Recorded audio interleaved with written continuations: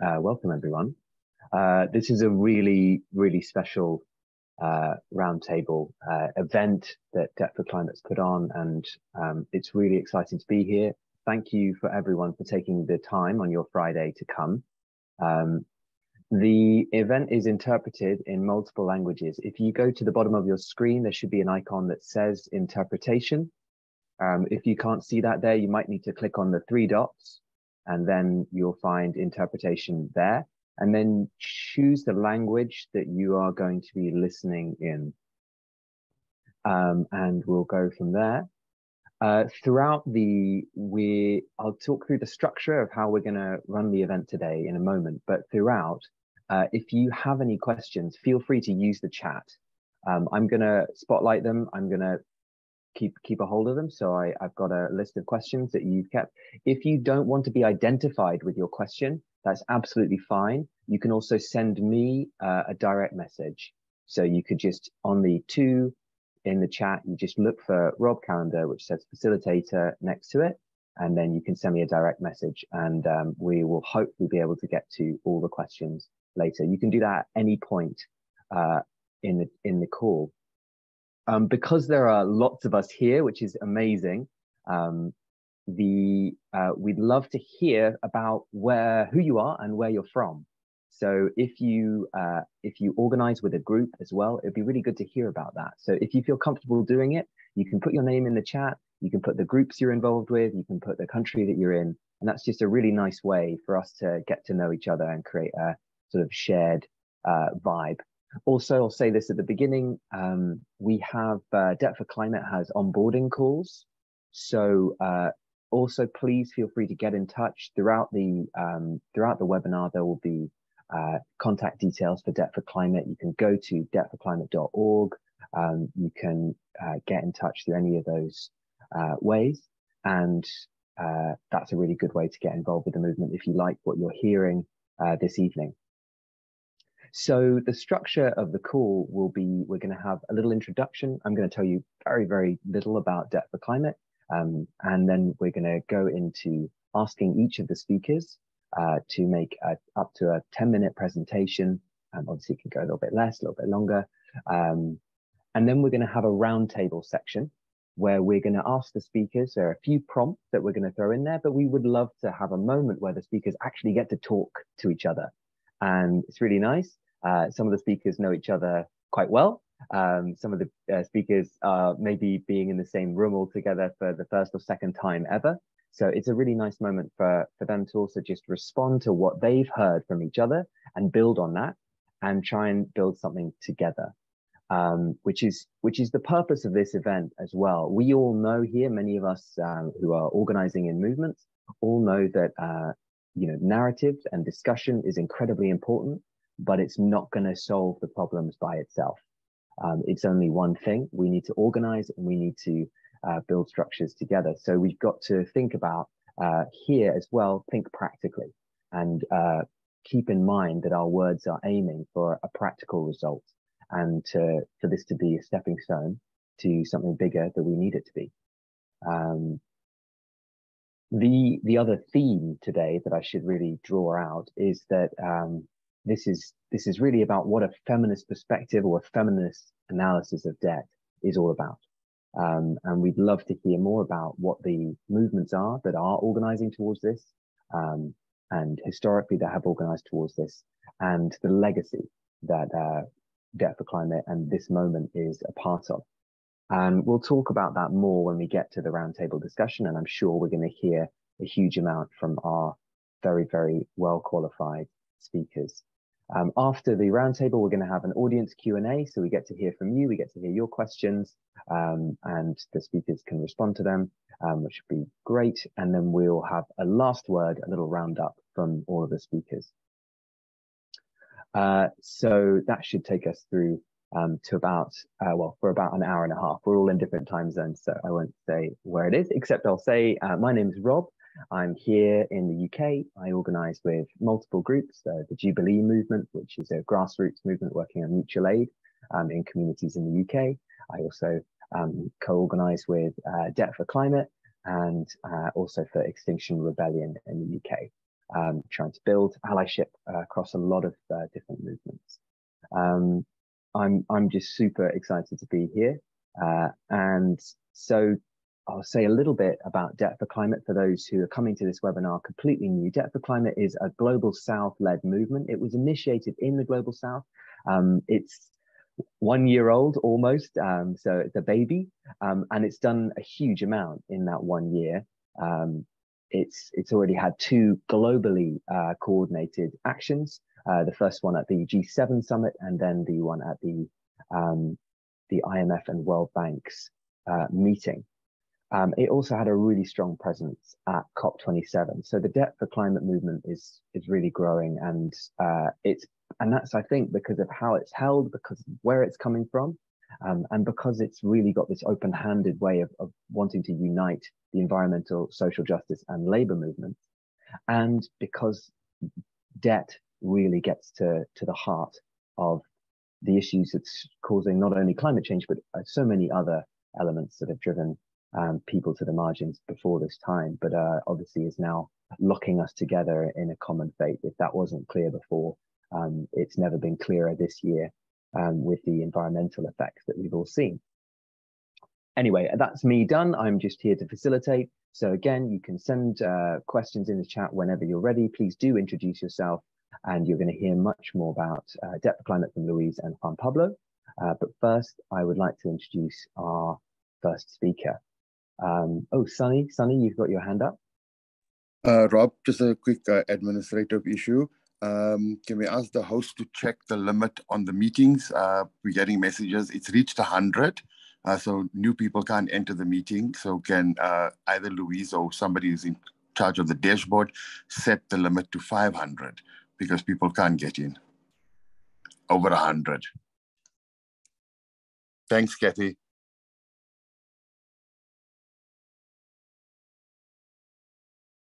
I'm done, Rob. Yeah, I'm just giving a pause so it doesn't feel stressful for everyone having to do the crazy tech stuff in the background, which is one of the hardest jobs. And we are really grateful. I'll thank them at the end as well, but just really grateful for everyone who's organized this amazing event. So our first speaker is Silvia Federici. I am not going to do too much of an introduction for her, and I'd love for her to introduce herself. She's a Marxist, feminist, activist, and scholar, great one, written amazing books, extremely famously Caliban and the Witch, Women, the Body, and Primitive Accumulation, an incredible sort of complete reorientation of how you look at history. Amazing, amazing book. And most recently, Patriarchy of the Wage, which I recommend just as highly. And without further ado, Silvia, the floor is yours. Well, good evening to all. And thank you, Rob, for your generous words. Oh my God, with 10 minutes, I'm very anxious about what I'm going to say in 10 minutes. I will only say how crucial, important it is to organize internationally against that. That today is one of the major strategies international capital has to enforce exploitation and to sack communities of all their resources, laborers and the natural resources.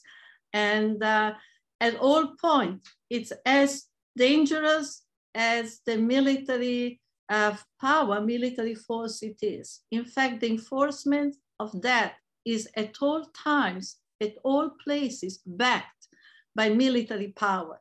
We wouldn't have the kind of spreading, devastating effects that the debt crisis, which has been totally artificially imposed, has had in the world if it was not really enforced by military means.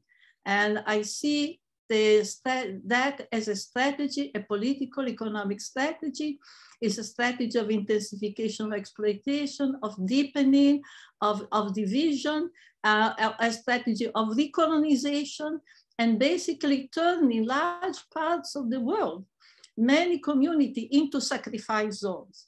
sacrifice zoning in terms that all their economy, all their activity have to be organized in view of channeling wealth that they have and wealth they produce, to the dominant capitalist company, the dominant capitalist parts of the world. So having said that, I'm very happy that we are asked to present a feminist perspective. Of course, a feminist perspective is crucial because that is a war on our day-to-day reproduction. In so many ways that it will take a day to expand on all the ways in which that has been destructive.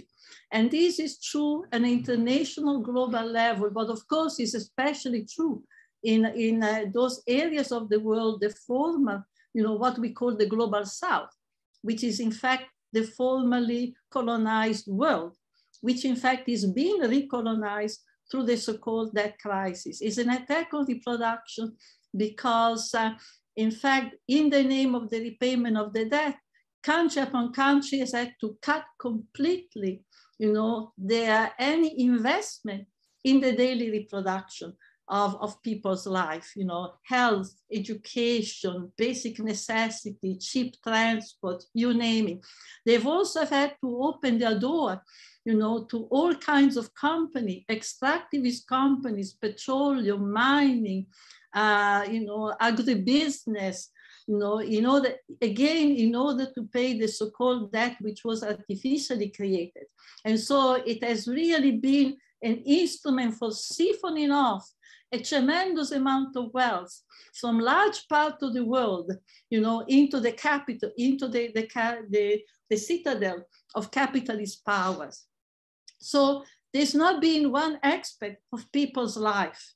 The massive migration that we see have been triggered by the fact that people need to go away in order to find something to reproduce themselves and their family, because in the places where they are, there is no hope. And of course, we have seen in the way that that has affected women. I mentioned before that, the attack on social services, that this investment in any form of social reproduction, of course, impacts women in particular.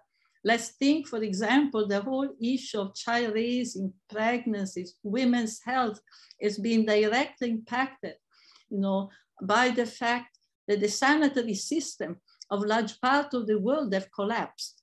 But at the same time also, we have seen that the impoverishment of country upon country, region upon region, has forced massive migration of women. The massive migration of women, and in fact, it has triggered a whole trafficking in women. And the government who have been indebted with the complicity of the World Bank and often the complicity of Caritas, have actually used the enforced migration of women, like the case of the Philippines is a standard one, to acquire, the foreign currency, presumably enabling them to pay back the debt.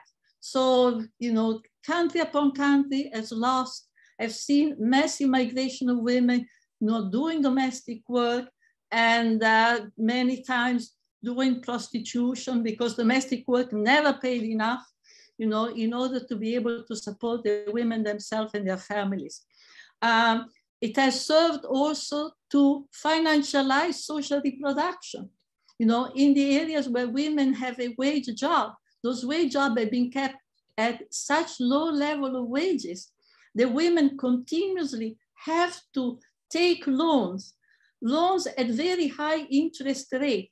In the United States, we have payday loans at interest rate of 30 to 50%. You can imagine. Those loans will never be paid. So you work, and you sink into debt more and more. And this is particularly true of women. And so, in fact, we know, and I could elaborate with more time, we now have a whole documentation showing how this has impacted the health of women. That there is now a documented direct effect between that and health infirmities and health diseases. Of course, we know also that this has increased, that has increased tremendously the violence against women. That in the family where women have that, and where that the family itself, the violence has increased. And the two words, and I'm so, because of the time, you please tell me when I'm exceeding my time. You give me a wave, right? I want to mention about the particular form of violence, the question of microcredit. One of the questions that was asked here, what is the relation between microcredit and macrocredit? Right? It's very interesting. The microcredit has been addressed particularly to women, because women have been identified as A, the most vulnerable, B, the most responsible in terms of repayment, because they're responsible, the relationship to their family, right? And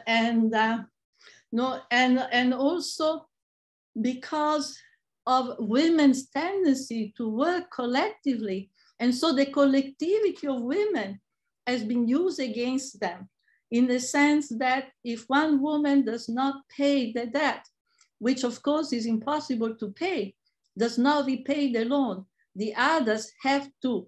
And so the debt has become a way of destroying communities, of destroying collectivities. And it has become also a way, we know now, of further land expropriation, because the way in which the repayment are organized are such that prevent any investment of the money of the loans obtained, any use into agriculture. So that, for example, if a woman has a piece of land, she cannot use the loan that she takes to invest into their land, because the repayment schedule is such that you cannot gain, you have to have very quick returns on your investment of the money taken. So there is a very direct connection, between the micro and the macro. And of course, we know that the micro has been a tremendous source of violence. Violence in the community, violence against the women when they've not been able to pay the debt, by the companies, they were giving the loans. And of course, the shaming techniques, right?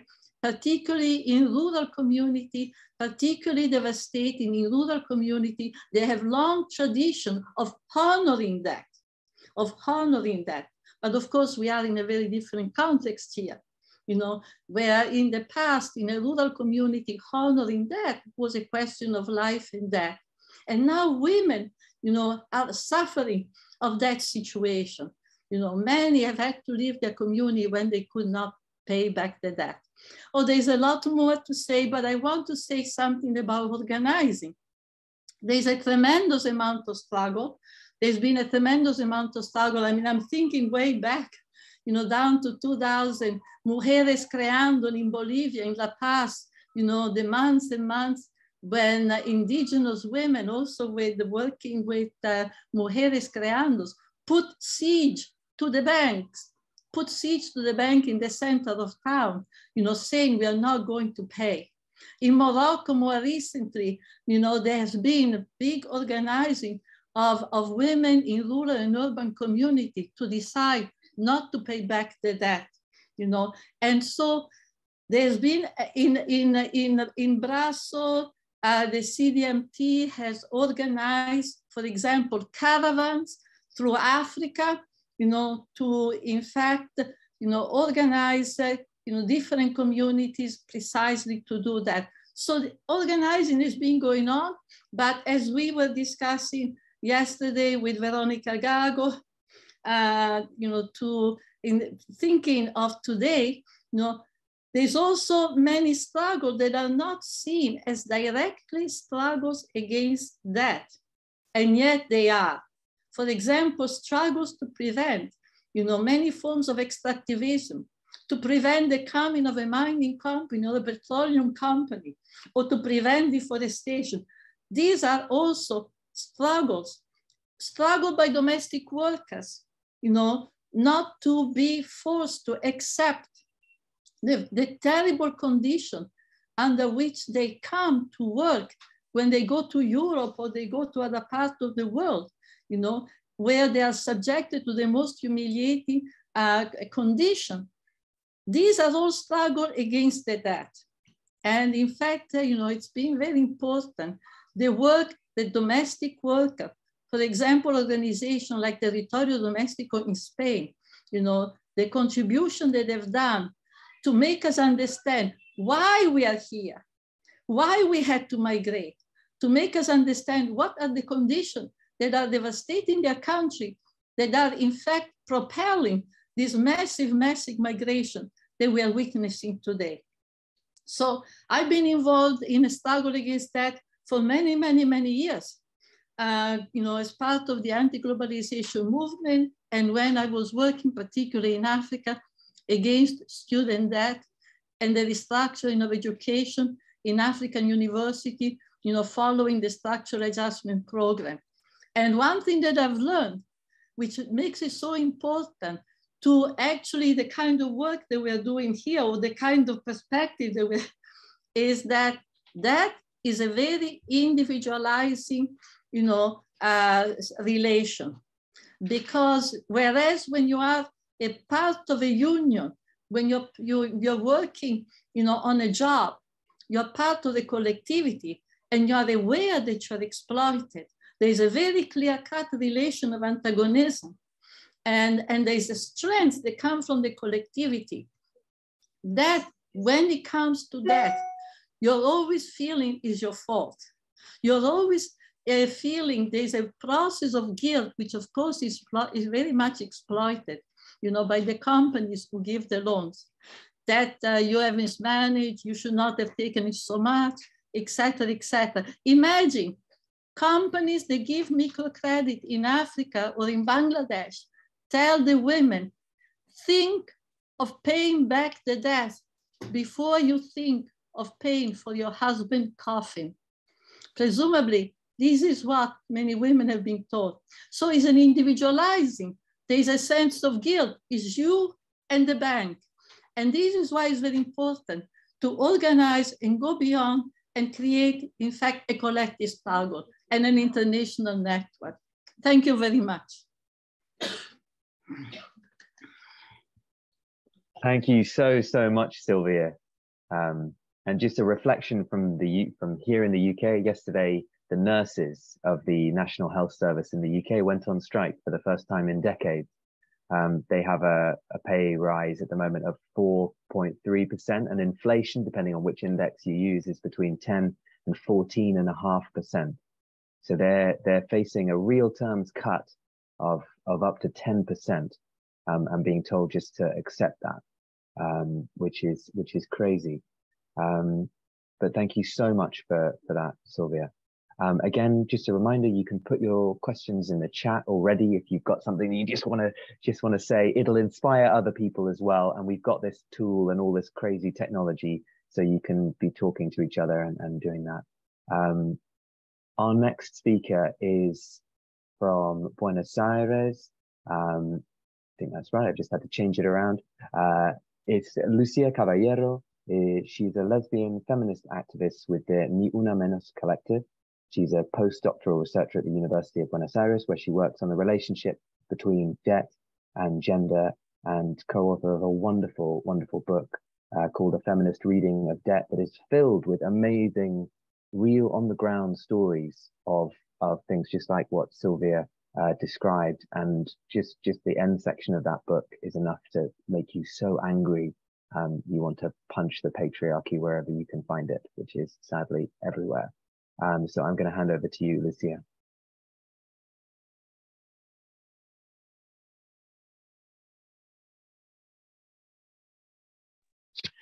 Bueno, muchas gracias.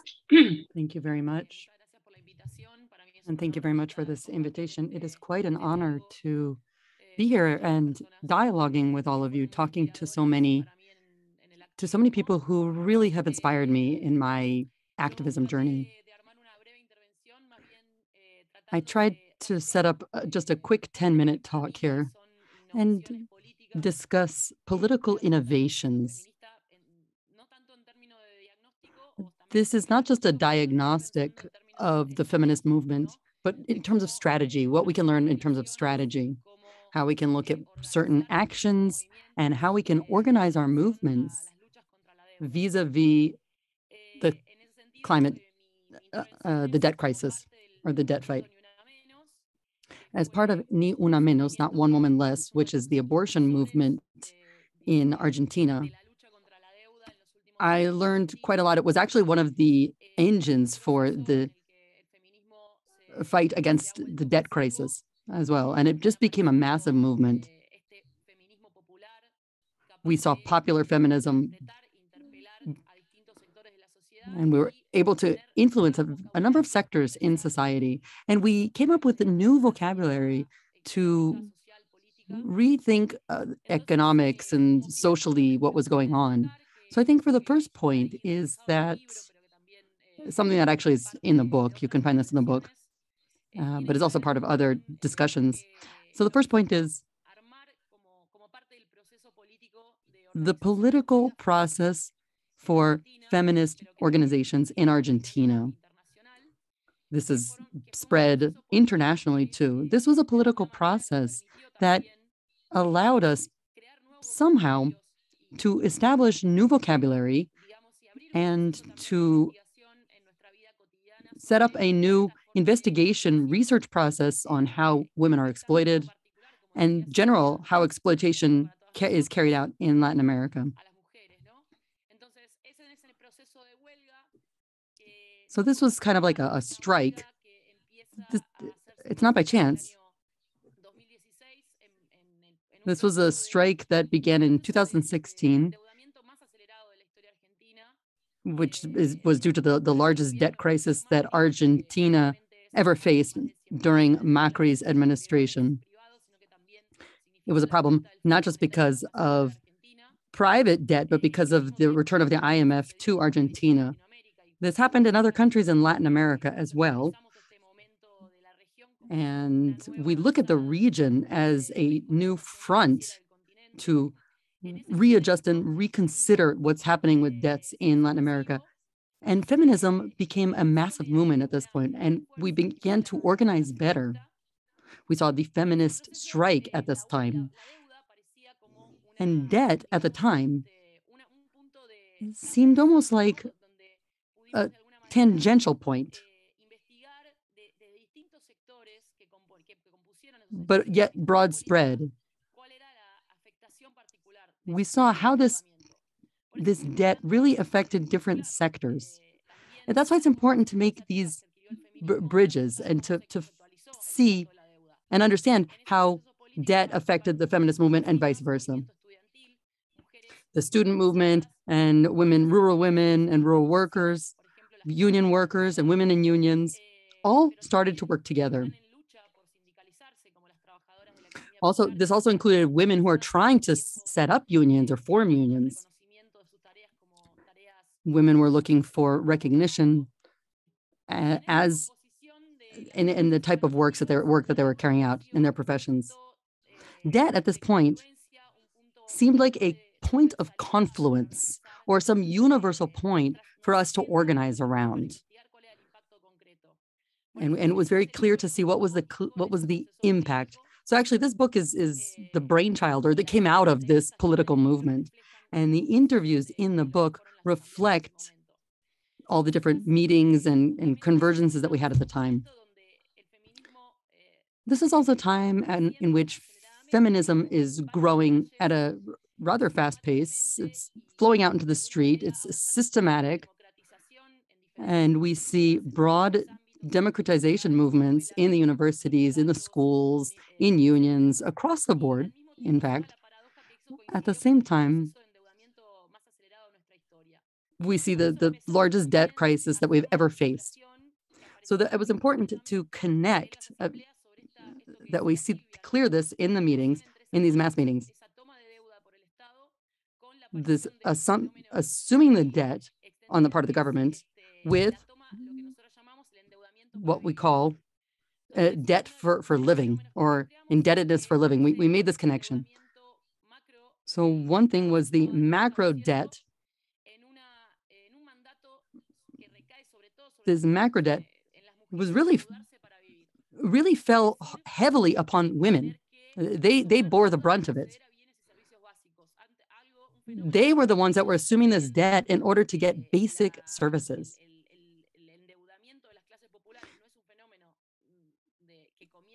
Debt doesn't start with Macri. Who's affected by this debt? This is a debt for living, for actually just being able to live. And it spread massively across the masses at this point. With the IMF requirements, the women's were the ones that were most affected by the lack of social support.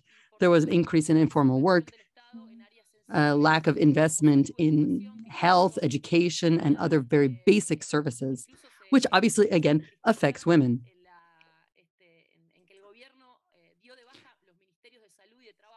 Ultimately, the government got rid of the labor ministry and the health ministry at this point.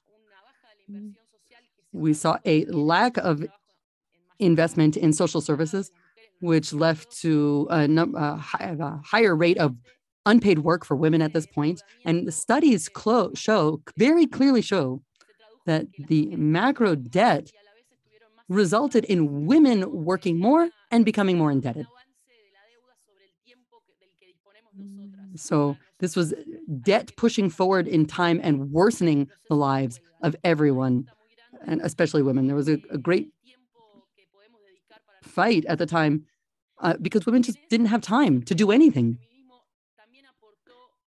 At this point, feminism gave us some key ideas to think about. One of the first IMF reforms proposed, this was in the first plan, was to promote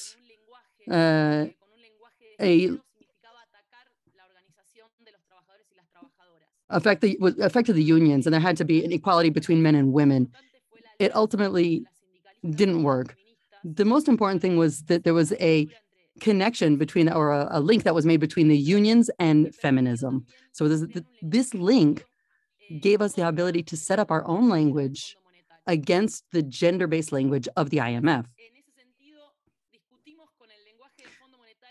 So we discussed, we really debated this language. We didn't like it.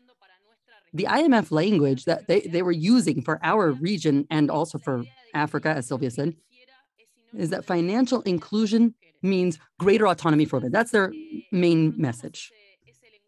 And we fought against this, their use of language. And we basically said, financial inclusion under precarious situations leads to greater debt. So financial inclusion needs to understand the idea that there is greater debt. IMF language talks about participation of women. And as we were working with unions, we wanted to know, what does participation actually mean? What are the conditions for that participation? Because it often means work without right, or unpaid work, which is not the kind of participation we're looking for. So that's why it's important to think about based on the feminist background and the union working with the unions on what the language should be. We need debt language and debt vocabulary that really talks about the reality. We really need to give debt voice and body. That's the terminology we used in the book. We need to pull it out, and we need to ask these political questions. What is the work associated with this debt?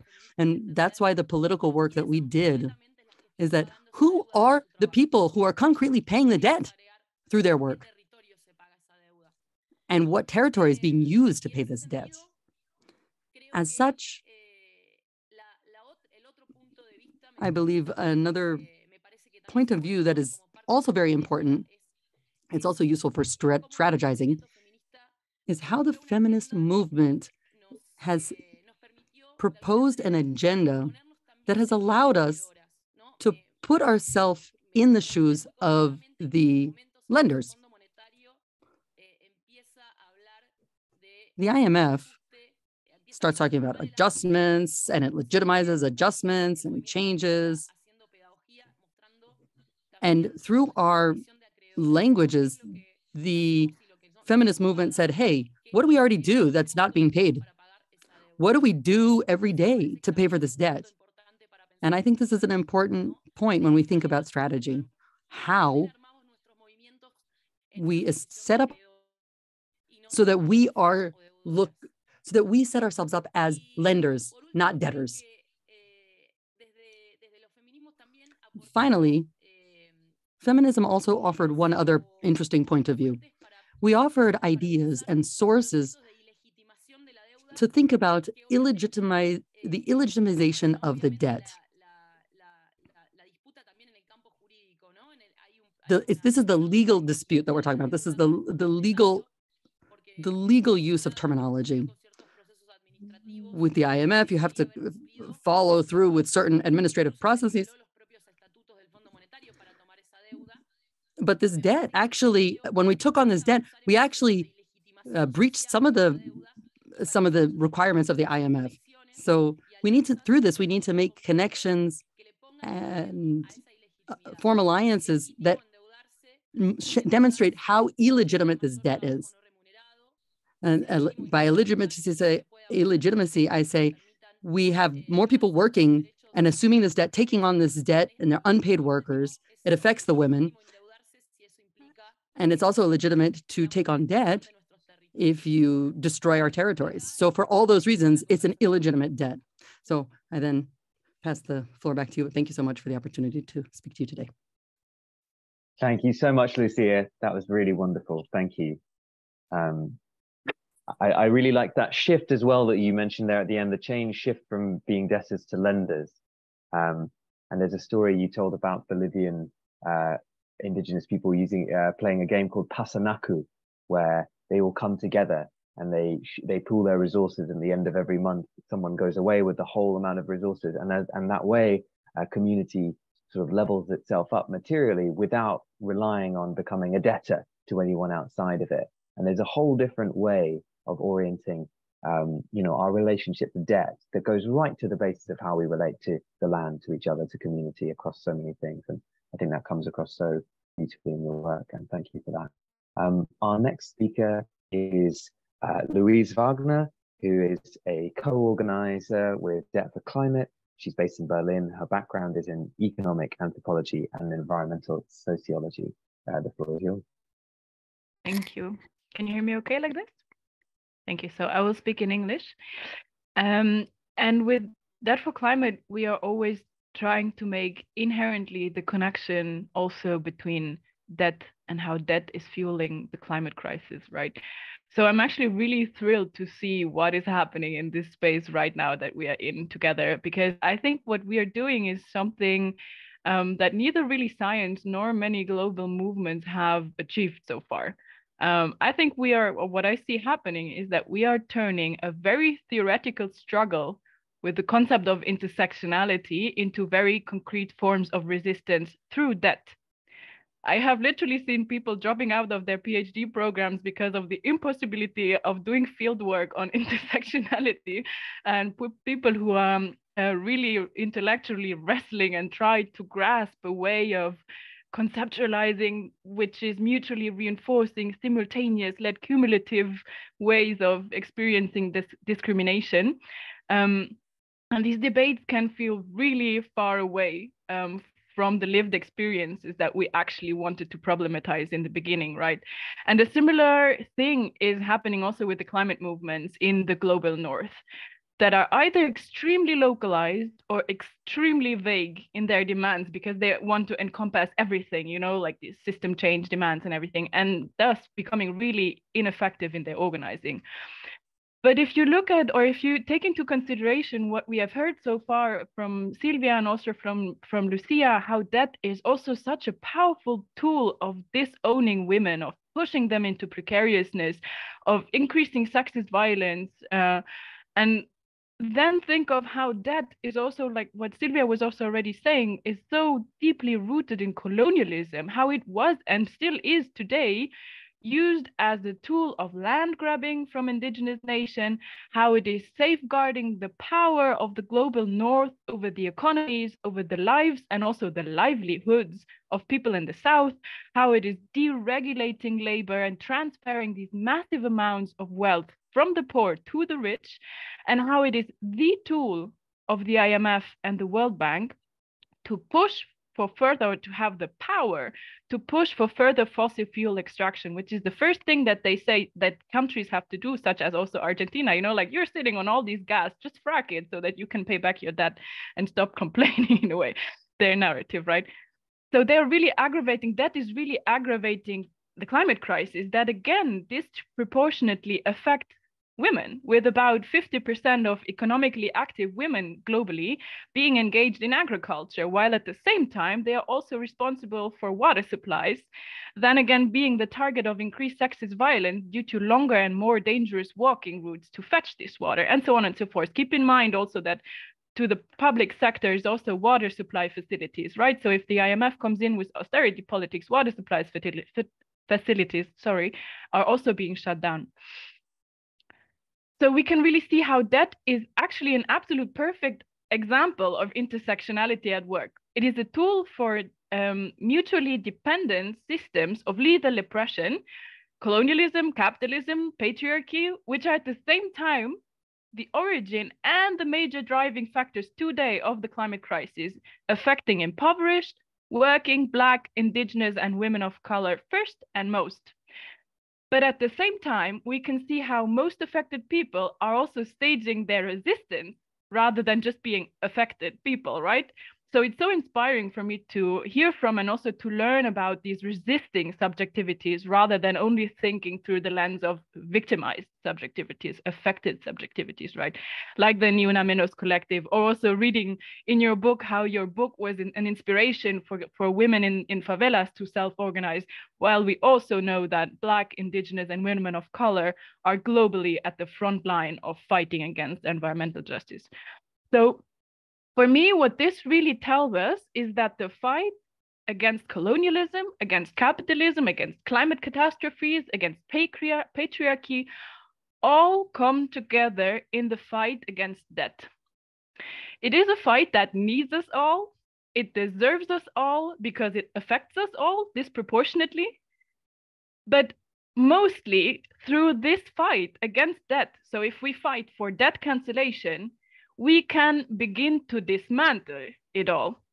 And I really hope that this webinar today is not just an intersection of movement crossing paths, but really the beginning of a powerful symbiosis, like really a symbiosis of movements that use debt cancellation to bridge their movements together and to really also know how to translate intersectionality into meaningful resistance on the street.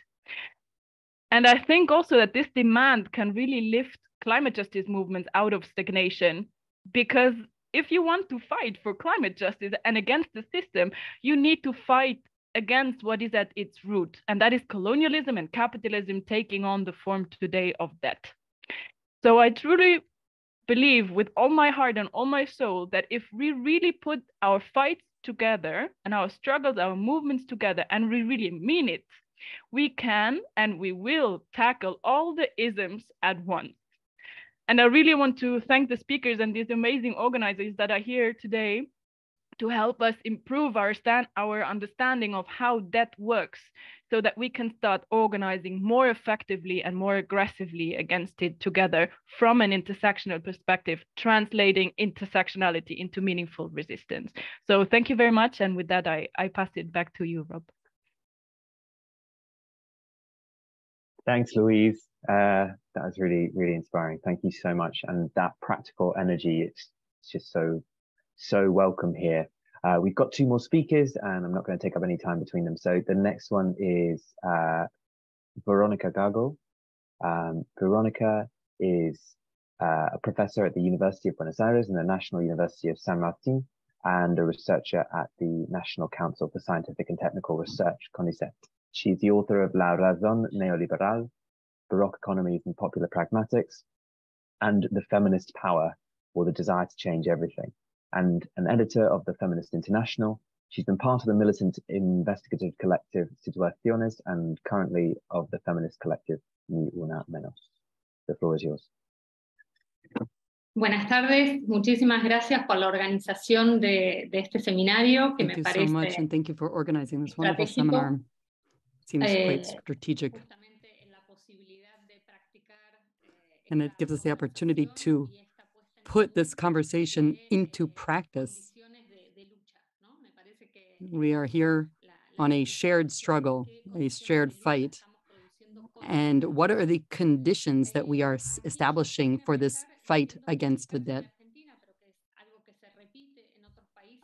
Something that applies to Argentina, but elsewhere as well, is that it's impossible to talk about foreign debt without talking about the dictatorship. That's the origin. We have to understand that the military dictatorship is a political process that in debts that forces the country into debt. And this undermines the democratic process and fuels the democratic process later, because there's always this focus on austerity, policies of austerity, and neo-extractivist policies. So this sequence from the dictatorship and austerity and intensification of neo-extractivism is an ongoing saga, and we have to understand this timeline. The debt is the underlying element, and it makes it impossible.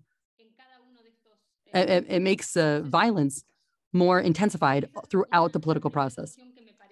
So this is the very first important point, understanding how the debt operates as an intensifier of neoliberalism. And it becomes more effect through conditioning democratic processes with the basis of this military dictatorship, focusing on this extractivist, export-based economy. So I think that's the important thing that we need to understand. In our country and in Latin America, we've seen a number of moments and forces that have organized against foreign debt. But recently, the news is that the feminist movement has been able to establish public debt and foreign debt with home debt, personal debt, what's happening in the homes, in people's households. This wasn't clear throughout the 4 or 5 past decades of neoliberalism. So the feminist movement, as Lucia mentioned, this mass street movement, down on the ground movement, has been able to show us, because of their different ways of working with feminist unions, this is the movement that truly connects, practically and theoretically connects, the macro debt and the private debt that we see in households. And this is critical because it really explains how debt is capitalized. It invades all our day-to-day lives. This is a clear translation of public debt translating into everyone's day-to-day lives is straightforward. And I think this is something that the feminist movement has achieved, has offered us. Luis and Sylvia also mentioned this. This puts it in practice. This shows us this constant concern of how we can take the theory and translate it into practically what we can actually do is clear. Clearly putting feminism at the forefront. We do this diagnosis. We diagnose what's happening, and we improve these diagnoses in order to improve practical public policy change. So I think that's another point that's quite salient. There's also a complexity, is how the debt in our countries is state-based. This is very important. The debt, household debt, is based on a banking process, and social services are affected. So there are a number of political complex dynamics going on. because there are organizations and movements clamoring for non-austerity, but they're used to push banking onto these impoverished sections of society. So the debt leaves sequelae in worsening poverty and pulls the wealth away from the subsidies and public support for these people. I know this is very complex, but for those of us in the third world, social services is now a way of becoming, is now a form of indebtedness. Sorry,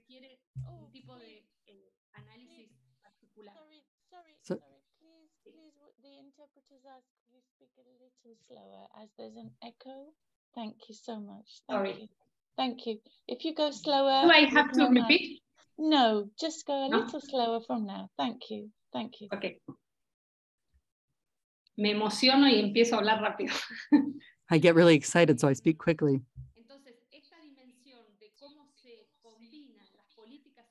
So this combination of social policy with household debt, this bridge is very important because we're trying to bring visibility of how the debt has become a mechanism to manage poverty or worsen poverty. Debt today is basically admitting that what we're making, what we're earning tax-wise is not enough. And so debt is absolutely required for our own subsistence. And it seems like a solution. We take on debt so that we can address poverty, so that we can, because it's an emergency situation, and we see a push towards more precarious work. We associate debt with employment. And that for me is actually important. The feminist movement helped us understand that. Unpaid work and debt are very clearly affected. We're not indebting the people who are making wages, salaries. We are indebting the people who don't have a salary, who are not drawing salaries, the unpaid workers, the informal workers.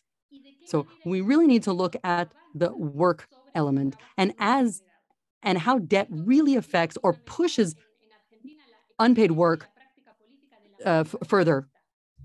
And that's why we've seen the feminist strike, because they brought employment to the center of the debate. And also they brought the concept of what are we talking about when we talk about work? This work has been historically invisible. And what is the strike actually pushing for? These are unrecognized forms of work. These are unrecognized jobs that we have. These are under-recognized. So this feminist push and the extent to which the debt is exploiting those unpaid populations or informal worker populations has been absolutely critical for the feminist strike. I just wanted to make two more points. On one side, we've talked about financial extractivism, and we see how this has affected climate crisis. We need to think about appropriation of capital and not how this affects common goods and natural resources, but how this affects financially. So how extractivism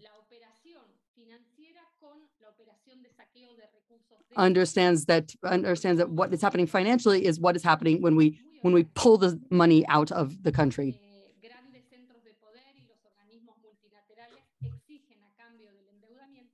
And this is very clear when we see that these very large multinational organizations insist on more neo-extractivism as a condition for extending these debt to these countries. So this is not metaphorical. This is actually real. Violence, appropriation, extractivism, it's all connected. And that's very important. And finally, my last point is that the effect of these dynamics in the pandemic. I think the dynamics were a big financial lab, as we say. They intensified extractivism on territories, on bodies, on unpaid work, and of course the most precarious paid jobs as well. It's very similar to the claps don't pay the bills. We're seeing what we happen to teachers and to healthcare workers who are striking for better wages. This is absolutely, we see that the worst paid work or unpaid work have been hyper-exploited or were hyper-exploited during the pandemic. So what we see during the pandemic as a financial lab, quote unquote, is an intensification of extractivism, an intensification of indebtedness, and an intent to resolve this financial problem with already failed public policy. So we see once again debt as a mechanism for using this during political crisis as a way to get governments to get what they want.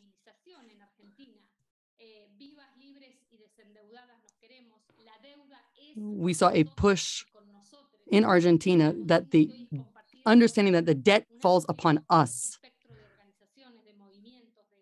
And we saw a number of collectives, organizations. We inverted the understanding of debt. We put ourselves as the primary people complaining, as the primary people raising this point that we are the ones most affected by debt. This affected all countries across the board. And we showed that it wasn't just national, it's transnational. And once we understand this, that feminism have put us in first place, we go beyond the borders. It affects our bodies, it affects our lives, it affects our work. So thank you very much. I'm happy to answer any questions. Thank you so much, Veronica. I know 10 minutes is just not enough. And it is so exciting to be here as well. And so I'm really grateful to you packing in so much there. I should say as well, there is another action on the way that the climate is working towards and organizing towards, and I know that Juan Pablo and others are going to speak to that later on. So yeah, stay tuned. It's going to be really, really amazing. And yeah, just another call out if you are new, if you've just joined the meeting, if you want to put check in, say who you are, where you are, what groups you organize with, that sort of stuff in the chat. If you have any questions, please put them in the chat now. And we're going to go to our last speaker, who is Juan Pablo Olson, a sociologist and master in water management at the University of Buenos Aires. He's a member of the Global Campaign Debt for Climate, a specialist in economic, social, environmental, global warming, and geopolitical issues, and author of numerous articles. He's also a member of the Progressive International. Juan Pablo, the floor is yours. Muchas gracias, Rob. Muchas gracias a todos. Thank you very much, Rob. Thank you, everybody. Thank you for the opportunity to share this opportunity. It is such a pleasure and an honor to be here with you, to dialogue and share this moment with people I truly value and who inspire me. This is a collective reflection as part of Debt for Climate, for empowerment, as Veronica, Lucia, Silvia, and Luis also mentioned. This is an opportunity to look at a diagnosis of where we are right now. Diagnosis as the climate crisis as the biggest problem facing humanity. At the end of 2022, we're starting 2023, and we have years ahead of us to promote a global agenda that's more democratic and that confronts with a very clear agenda, as my colleagues mentioned, a clear agenda that understands that the financial colonialism from the IMF and that is set by the G7, that translates predominantly as a scenario where there is no opportunity to make a decision on climate crisis. It's an agenda that really translates to a critical scenario for all of the global South specifically. if we see an increase of the global climate crisis, and we see a more than 2-degree increase, what we expect, according to the specialists, is that the populations that are most going to suffer the consequences of the global warming are Africa, the Caribbean, the southern hemisphere, in addition to the consequences globally that we're generally going to see. So what can we say from the global south? We don't like this financial colonialism agenda that includes territories of sacrifice and extra populations, populations that are overpopulations, where there is no quality of life and survival is truly in question. And survival of half the population is in check. We know that if we continue with this IMF policy, which is the case in Argentina, as a conspiracy between Donald Trump when he was the president, the IMF, and those who work for the IMF, and Macri, President Macri, and the different ministers, it says up to the $44 billion is basically a fraud so that Macri could win the election a number of years. Silvia already mentioned this. This debt is basically a drowning for the population. It represents the population is going to be drowning. Quality of life and survival is, Veronica mentioned this, the genocidal dictatorships throughout Latin America, throughout South America and Africa, and the indebted process, the process of indebtedness that has affected the Southern Hemisphere. The dictatorship plan and these economic policies basically condemn most of the population to systematic impoverishment or systematic poverty. So we've started to question the financial colonialism agenda. And it's great to see so many people here from organizing throughout the world. We are sitting here protesting, we're going to the streets, fighting against this financial colonialism agenda in the United States, in Europe. We're standing in front of the IMF so that we can show that this process of indebtedness affects us all socially. This is a criminal agenda. This is socially and environmentally criminal.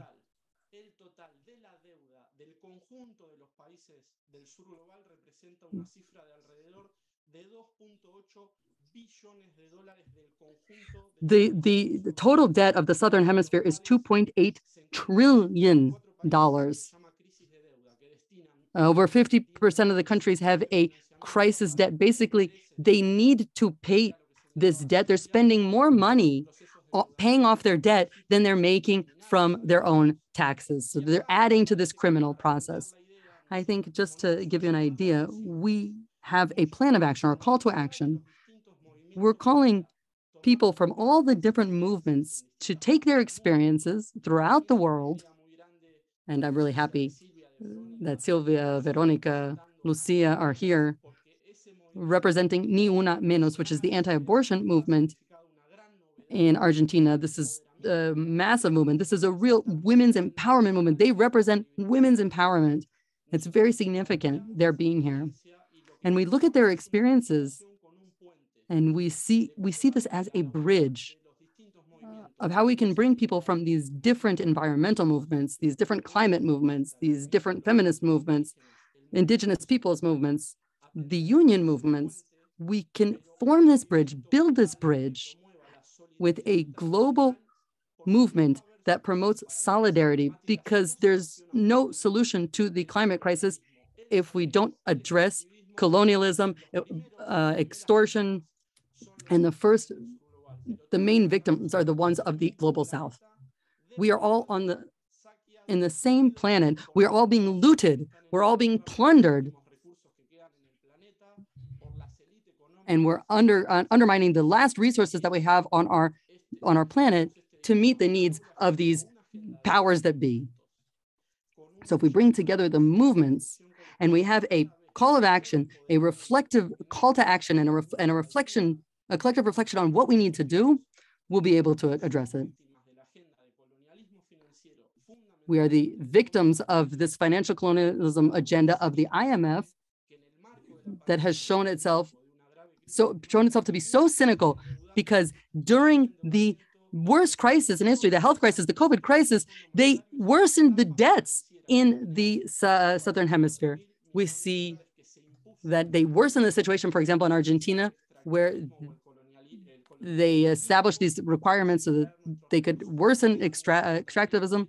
They required this as a condition in order to give us the debt. For hydrocarbon, we had to exploit with monoculture, with soy, and all sorts of agrochemicals. All of these were requirements for us to take on this debt and be able to pay our debt to the IMF. So another action is that we can't ask the South to pay for these debts. We have the example of Germany, where we saw the annulment of its public debt, the anniversary of that coming up. We see that it's possible.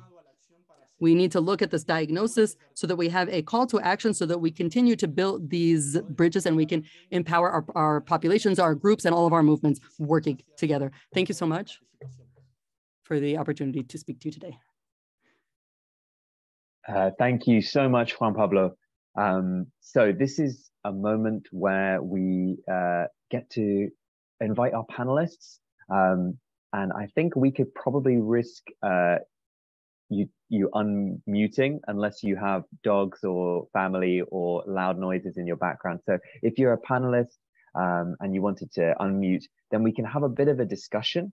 I think what Juan Pablo said, I wanted to really draw on as well about building a bridge and really practical steps now, so that we go beyond, this amazing, experience, and people can take this away and really listen and the narrative work needs to be done, but also how do we organize to take it to the next level now? So what do we do to make fertile ground in all of our different movements, whether that's a labor movement, whether that's the feminist movements, whether that's indigenous movement, whether that's environmental movements? How do we create that fertile ground so that we can create that unity, that coming together, and especially around that narrative of debt? How is that? Can that be a bridge that begins to really not only highlight the injustices and the history, because debt really does lie so deep at the intersection of those things? How can we do that? And what do we do now to continue working together? And it's also a moment where you can reflect on each other. If it gets crazy, I'll ask you to put hands up, but otherwise, by all means, dive in. What do we do next? Go for it, Louise. Thank you. You want to go first, Sylvia? No, go. Okay, well, I just also have a question for you anyway, so you can go next. So you were also speaking about and writing about the feminist reappropriation of the movement against debt.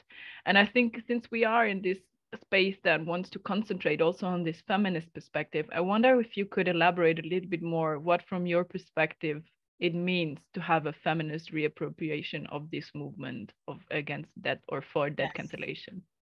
Yes, first I want to say that this has been a very, very important development, and here it has really come from women, especially Argentina, Ni Una Menos, when already a few years they have decided to make the issue of debt a key issue, one of the key issues, in the building towards the feminist strike and towards the 8th of March. And this has been extremely, important, because even though it's very clear that, women are those most impacted by the debt crisis, nevertheless, the feminist movement has not really, until very recently, entered into the struggle. There's been already a huge amount of struggle also by women all over the world, I was saying, against deforestation, etc. But the feminist movement has not really seen this as a key issue. But this has changed. And now I think what is very important, first of all, is really, and again, I connect with what Veronica and Lucy were saying, turning the table. We have to turn the table on them. We wrote together a booklet called Who Hosts to Whom? Who hosts to whom? Because it's very clear they owe us. We do not owe them. And in fact, the devaluation of so much of the work that women done and the low wages when women go out, etc., has really been one of the ways, in which they have indebted us. And so, in fact, the debt builds on all the unpaid labor that the women have done and the women continue to do. So turning the table, and this has to be done on every front. This has to be done in every front. We have to say it's obscene, it's a scandal, it's unacceptable that we can speak of an African debt, for example. An African debt, this is a continent, a region from which millions and millions of people have been taken away and enslaved. Africa has been one of the backbone with these resources, with this labor, of capitalist accumulation through the century. And now they have the audacity to speak of an African debt. Same way, so we have to denounce that. We have to turn the table, and the same thing is with women.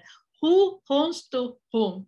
So the question of, years ago I mentioned in CDMT in Brussels, together with women in other parts of the world, they decided to organize a movement to present the bill to women, presenting the IMF, presenting the World Bank, International Capital, the bill of all the unpaid labor that we have. So this is something we need to mobilize, making very visible what is really at stake, what is really the debt, the legitimacy of the debt, the obscenity of the debt, the complicity also of the local, national ruling classes in Africa, in Latin America, with this process. We know that many have become very, very rich, selling off, allowing. And here I want to mention that when there was the proposal, one African leader, they proposed to create a cartel of debtor nations to together renounce the debt.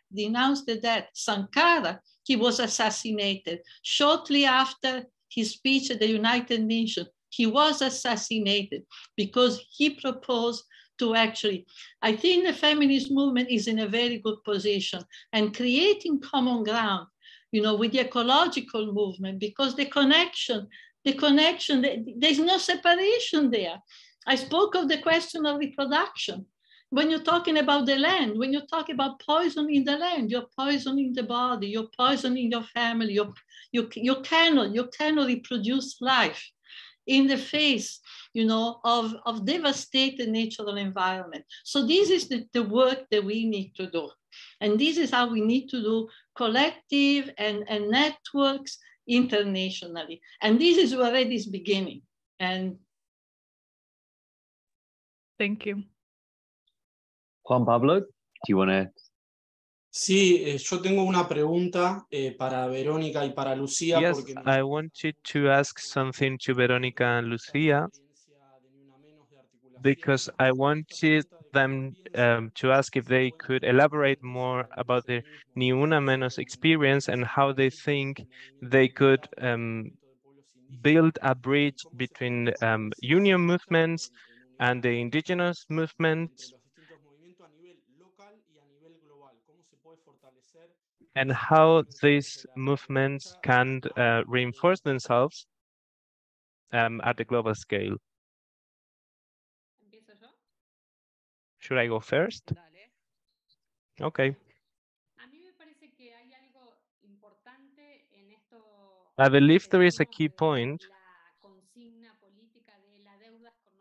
when we talked about saying that the debt is, we are the lenders and not the debtors. Silvia talked about it, and at least this is the case in Argentina, and I believe it's the case in other countries as well. When movements claim that position, they are forcing people to ask, how does debt affect every one of these movements, sectors, and organizations? Debt is not the same thing for domestic workers or for other kind of workers. It's not the same thing for health workers, for example, or the students. So it's a question that allows for these two levels that we're talking about.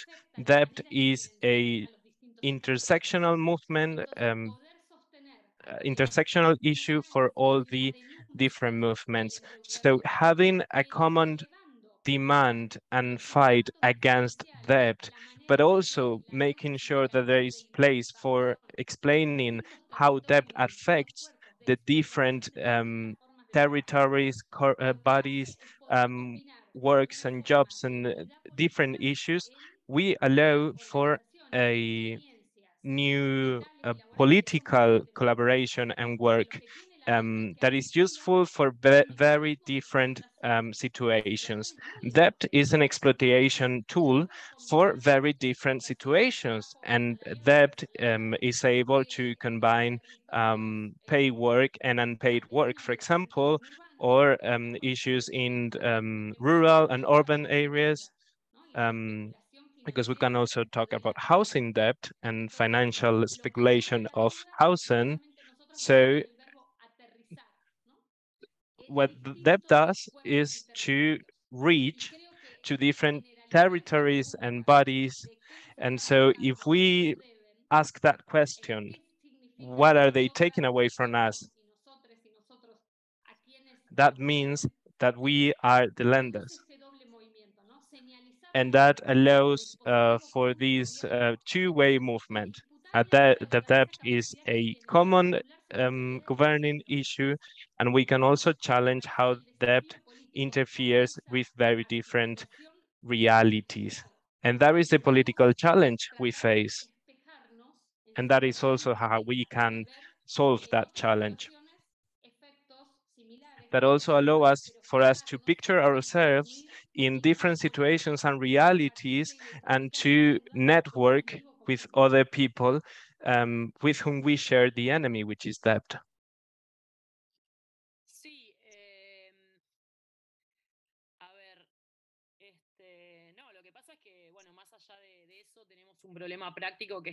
We also have a pragmatic issue. We lack a coordination, generally speaking, in Argentina, at least. So first of all, we should create spaces and fora for political organization, taking into account intersectionality and the intersectionality of debt. So we need to create different strategies and strategies for different levels.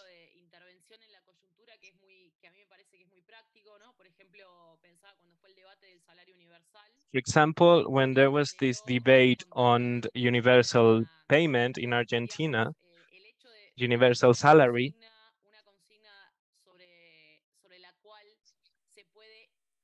the fact that we had a common enemy, so to say, we could fight against the IMF, because at the time IMF was trying to cut these social services and social plans, and even was striving for every time worse paid jobs. So I thought that's a moment when there was a common enemy, there was the IMF, and so everyone was able to join against it. And so people could say, we're not going to accept this, And plus, we want to be paid for the work we do.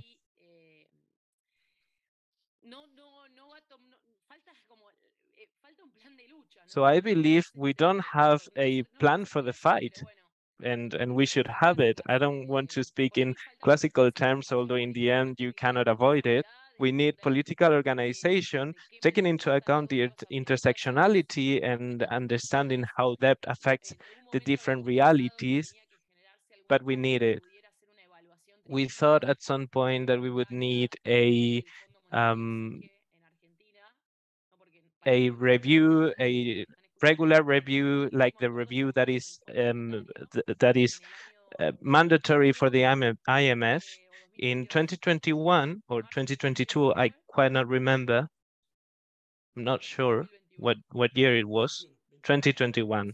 It was in 2021 when the IMF agreed with Argentina that there should be quarterly goals. So there are quarterly reviews every year. So the question we were trying to address is, what can we do as a movement as an alternative exam?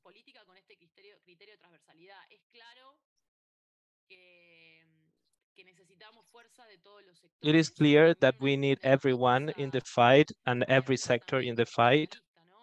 And we also need an international movement. That is crystal clear. And that is what we need to work for. I think the analysis is quite correct. The analysis we've done so far. Extractivism is everyday wars, and we have a common terminology, and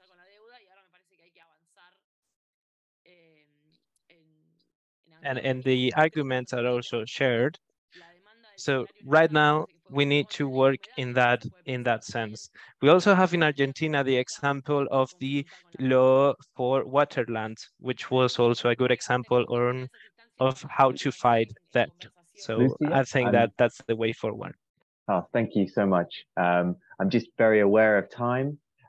We can go over just a tiny bit, but I'm also aware this is a very big topic with a lot of long words, and our interpreters are doing an incredible job keeping up with everyone and all of this stuff. So I want to make sure we don't go over too much and give them a chance to have a break as well. I'm going to take Sunny's point, and then we're going to go back. I would really love to hear from Juan Pablo and Louise about the next action, just as a final word, and then quick word from all of our guests, maybe to say, a last sentence, a single sentence. If you could say one more thing, what would it be? And then we'll round up there. And I'm sorry that we haven't had a chance to have a big Q&A. If you can get in touch, email, join the movement, write your questions. We're going to make sure this is not the only dialogue. It's not going to end here. This is the beginning of something. So please do get in touch. Sunny. Thanks, Rob, for the opportunity, and what a wonderful evening spent in the company of these phenomenal women talking about such a serious topic. Really a privilege, and I've been properly educated today. My question, so, when we were conceptualizing Debt for Climate, we had this idea that obviously we're tackling the financial debt of the global south. But in some of the offline conversations, particularly one I had with Esteban, we said, well, what if this movement grew to the point when it will begin to talk about personal consumer debt, household debt? And obviously we thought that conversation will come sometime in the future when this movement was more robust and more universal. But I'm very, very surprised that within a space of 1 year, that we're beginning to talk about these important things. So my question is particular to the speaker who raised the issue of household debt. I'm not sure if it was Lucia or Veronica, but and either one can answer this question. Is it an opportune time to make that connection? So I regularly get asked for people when we talk about Debt for Climate, and people say, well, when are we going to talk about student debt, and when are we going to talk about household debt, and when are we going to talk about mortgage bond debt, or property debt. So whilst we're concentrating on the financial debts owed to the World Bank and the IMF, is it perhaps an opportune time to make that connection more robustly and more genuinely and more effectively, to make that connection now and allow people to join our movement who want to concentrate on that aspect of the debt struggle, because that is finally what is important. We did say in that conversation, imagine if we could just reboot all debt in the world at some point and have this conversation. I'm rather surprised that it's happening sooner rather than later. So I'd be interested in the speaker's perspective on that. I'm going to ask for a very, very short answer. I'm sorry, just in the interest of time. Would anyone like to respond to Sunny's question? Sylvia? You're on mute, Sylvia. The personal important first thing, and not all, is the personal debt is a direct consequence many times of the general debt, because the cut in services, forces people, for example, to borrow money and to spend more of their salary or whatever the resources they have, because so much has been taken away in the name of the country paying the debt. So there's a direct connection between the two. And the personal debt is many times precisely, a consequence of that. Thank you so much. I'm just going to hand over to Juan Pablo or Louise to talk very quickly about the action in February. Should I start, Juan Pablo? So I just want, obviously, big thank you to the speakers and everybody who's still listening. I just want to make this quick outcall, because I think on the February 27th next year, so less than 2 months, or a little bit more than 2 months, there's going to be a very, very important date for everybody who's fighting against that and for that cancellation. Because on that day, it will be the 70th anniversary of that cancellation of Nazi Germany. So they canceled the debt that the Nazi regime of Germany accumulated during the war. So it will be the date where we can make absolutely clear, like, that cancellation, if it's in the interest of the ruling class, is possible. Because back then it was the interest, obviously, of anti-communism, right? They didn't want to fall Western Europe, Germany into communism. So they did everything they could to rebuild Germany. And that cancellation was the first step. Plus they had sorry, I'm lacking a word. The conditions for the repayment of the remaining debt were so favorable to Germany, conditions that will never be given to global South countries today. So this will really mark an important day to say, like, listen, debt cancellation is possible. If it was possible for pardon my French, but if it was possible for fucking Nazi Germany, it is possible for the global South and against climate change and for gender justice. So please, everybody who's interested in using this day to make this claim as clear as possible with all the movements that we can gather, get in touch and let's keep up the conversation about how we can try to make this day a really, really meaningful day for the fight against that. And then I will pass it on to you, Juan Pablo, if you want to add. Gracias, Luis. Bueno, también para ir cerrando, no sé si Silvia quiere agregar algo. Silvia, te vi. I think Sylvia wanted to add something. You wanted to say something, right?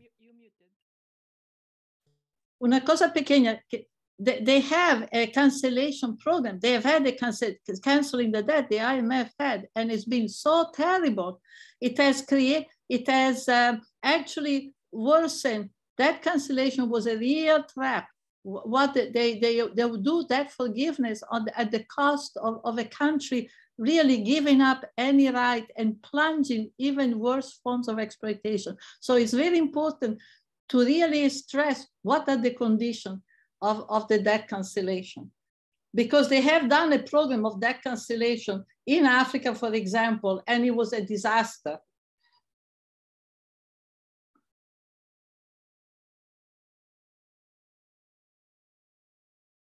Yeah, absolutely. Juan Pablo, did you want to add anything more about the action? Sí, sí, es importante la mención de Silvia. Yes, what Sylvia said is very important. What we're claiming is that we want to claim this legitimacy of the debt because of the climate crisis and the ecological crisis that we are facing right now. We want to start 2023 with very clear objectives, starting February with the debt cancellation that happened for Germany, that was given to Germany to allow the German economy to recover, is a great way to start. Lucia also mentioned is that we need to find these common points. We have these very wonderful common international points. So I really want to thank the translators who every single meeting are here. Help us find a point where we can collaborate and communicate these messages.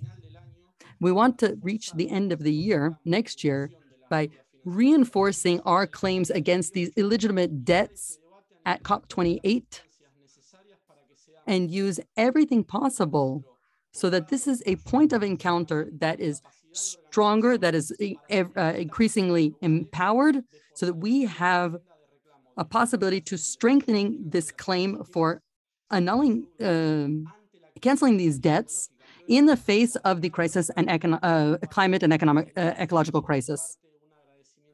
It is quite an honor to be here with you, and I want to thank all of you who are here participating today as well. Thank you so much. Okay, we are actually going to give the last word to Esteban. Thank you, Rob. I just wanted to jump in because I think what Sylvia said at the very end is extremely important. And it's extremely important for us to not close this meeting without clarifying that the debt cancellation that we are demanding as a global movement, we need to be responsible. We need to be in control of how the conditions are set for such debt cancellation and how the just transition that we are calling and pushing for is determined. And the only way that this will be possible is with the power of the working class organized behind it and setting the agenda from the working class together with the feminist, indigenous movement and climate movements working together. So we're very aware that debt cancellation on its own will not lead to any real solutions, but maybe more of the same that happened before, unless and until we build a powerful grassroots global movement, which is what we are trying to do with Debt for Climate. So it was amazing to listen to you all, and I just thought to jump in because what she said was really important. Thank you. Thank you. Thank you so much. And we really, really need to thank our amazing translators. So if you're there and you could turn your camera on so we can see you, and thank you if you're comfortable doing that. Of course, Melissa, Carlos, Steve, and Mathieu, thank you so, so, so much for making this possible and for your incredible hard work. Thank you for everyone else who's put so much work in behind the scenes to make sure that it ran smoothly. Yeah, thank you so much. We're going to wind up there because we are well over time. If you want to unmute and say something, by all means do that. We can have a chaotic sound, but before then, just to remind you, please get in touch. Please make this the first step. Have an amazing holiday period if this is a holiday period for you. And please save the recordings, everybody who's recording. Don't lose it. Yeah, save the recordings because lots of people couldn't be here today, so they will see it later. Thank you very much. Thank you, everyone. See you very soon. Thank you, everyone. Please join. Thank you. Muchas gracias. Gracias a todos y todas. Thank you. Thank you. Thank you. Join the local. Bye. Bye-bye. Bye-bye. Take care. Bye-bye, everyone.